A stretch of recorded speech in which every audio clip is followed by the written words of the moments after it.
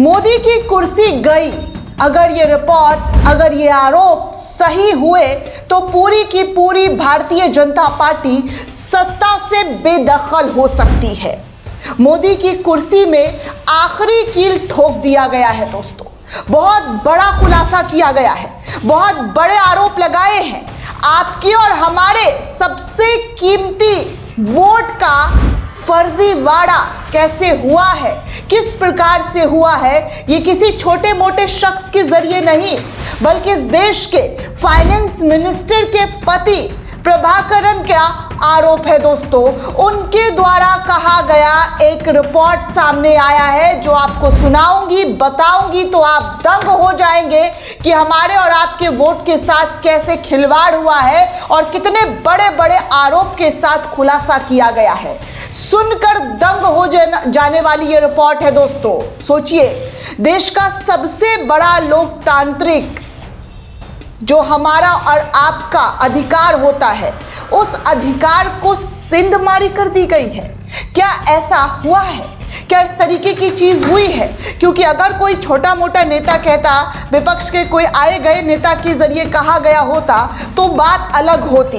राहुल गांधी ने बार बार चीख चीख कर कहा, राहुल गांधी की बातों का दोस्तों सीरियस नहीं लिया गया, राहुल गांधी की बातों को इग्नोर किया गया। लेकिन अब इस देश के फाइनेंस मिनिस्टर, वित्त मंत्री के पति प्रभाकरन कह रहे हैं कि देश के साथ गद्दारी हुई है, देश के साथ धोखेबाजी हुई है और इंडिया गठबंधन की बड़ी जीत होने वाली थी, लेकिन उस जीत को भारतीय जनता पार्टी ने चोरी कर लिया है, छीन लिया है।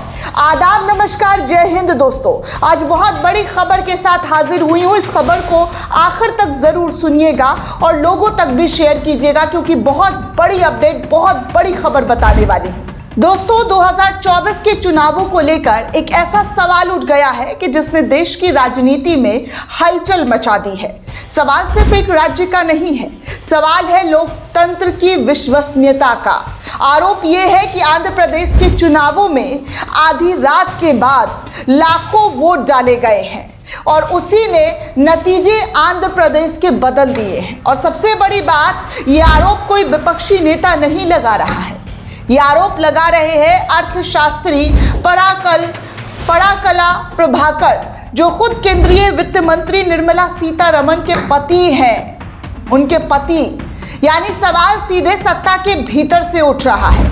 परकला प्रभाकर ने दावा कर दिया है कि 2024 आंध्र प्रदेश विधानसभा चुनाव में लगभग 4.16% वोट आधी रात के बाद डाले गए हैं। उनके मुताबिक रात 11:45 से सुबह 2 बजे के बीच ही हुआ है खेल।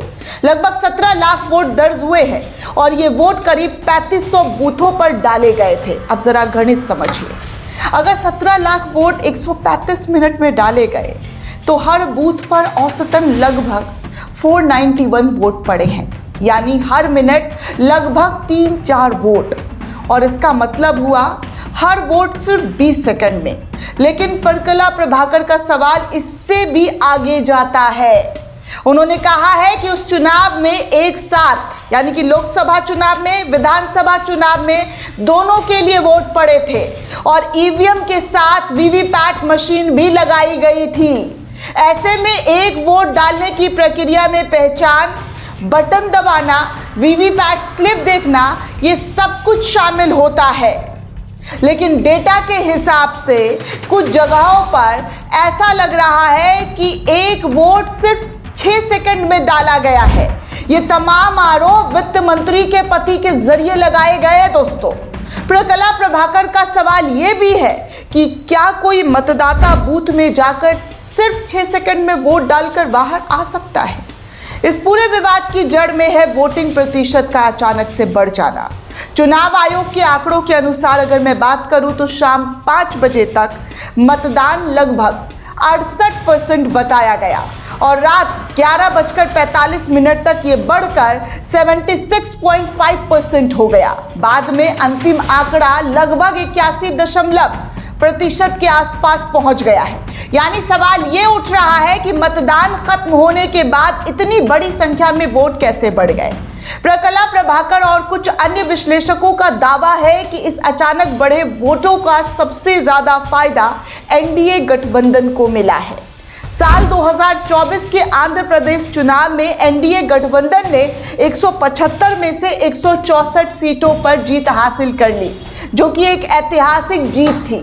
अब आलोचक कह रहे हैं कि क्या ये सिर्फ राजनीतिक लहर थी या आंकड़ों में कुछ और कहानी छिपी हुई है। इन सवालों के बाद कई नेताओं और विशेषज्ञों का कहना है कि चुनाव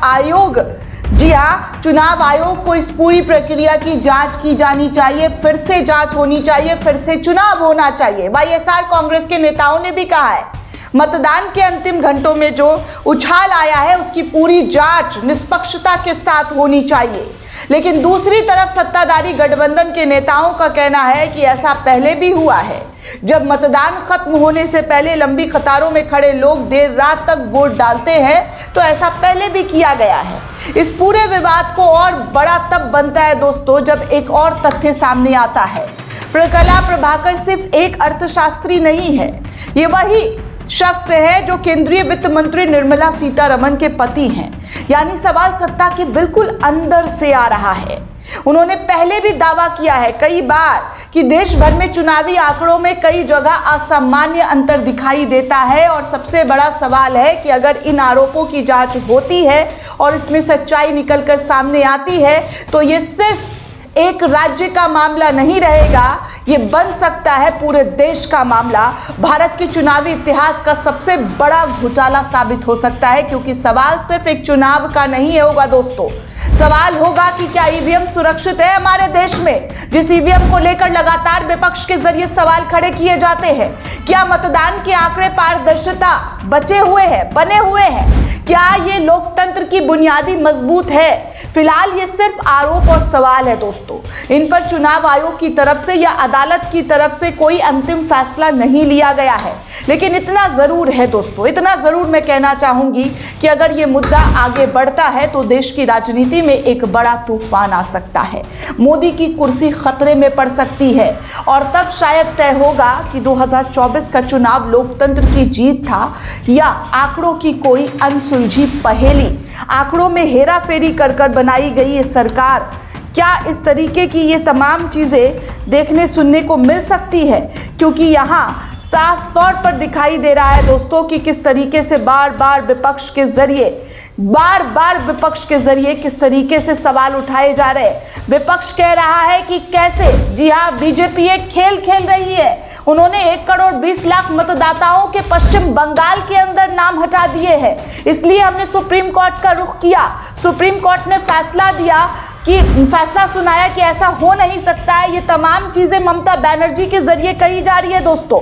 अब आप सोच सकते हैं कि क्या और किस तरीके के नतीजे देखने सुनने को मिल रहे हैं। बार बार लोकतांत्रिक चुनावी प्रक्रिया के ढांचों पर सवाल खड़े हो रहे हैं, और सवाल खड़े हो क्यों ना, जब इस तरीके की बातें कोई बड़े शख्स सत्ता में बैठे हुए लोगों के जरिए, उनके पति के जरिए कहा जाने लगे दोस्तों, तो ये कोई छोटी मोटी बात नहीं हो सकती है और इसे इग्नोर नहीं किया जा सकता है। क्या हमारे देश में हमारे वोटों के साथ खिलवाड़ किया गया है, हमारे वोटों के साथ धांधली की गई है? ये सवाल सरकार से लगातार पूछा जा रहा है, और इन तमाम सवालों का जवाब ना तो सरकार के पास है ना चुनाव आयोग के पास है। तो आखिर जनता जाए किसके पास? आखिर विपक्ष किससे सवाल पूछे? आखिर जो वित्त मंत्री के पति का आरोप लगा हुआ है उसकी जांच पड़ताल क्यों नहीं होती है? होनी चाहिए ना जांच पड़ताल। क्यों सब चुप बैठे हुए हैं, खामोश बैठे हुए हैं और आंख पसार कर देख रहे हैं? आपको क्या लगता है दोस्तों? हमें कमेंट करके जरूर बताइएगा। साथ ही साथ चैनल को ज़्यादा से ज़्यादा लाइक, शेयर और सब्सक्राइब करना बिल्कुल भी ना भूलें। शुक्रिया दोस्तों।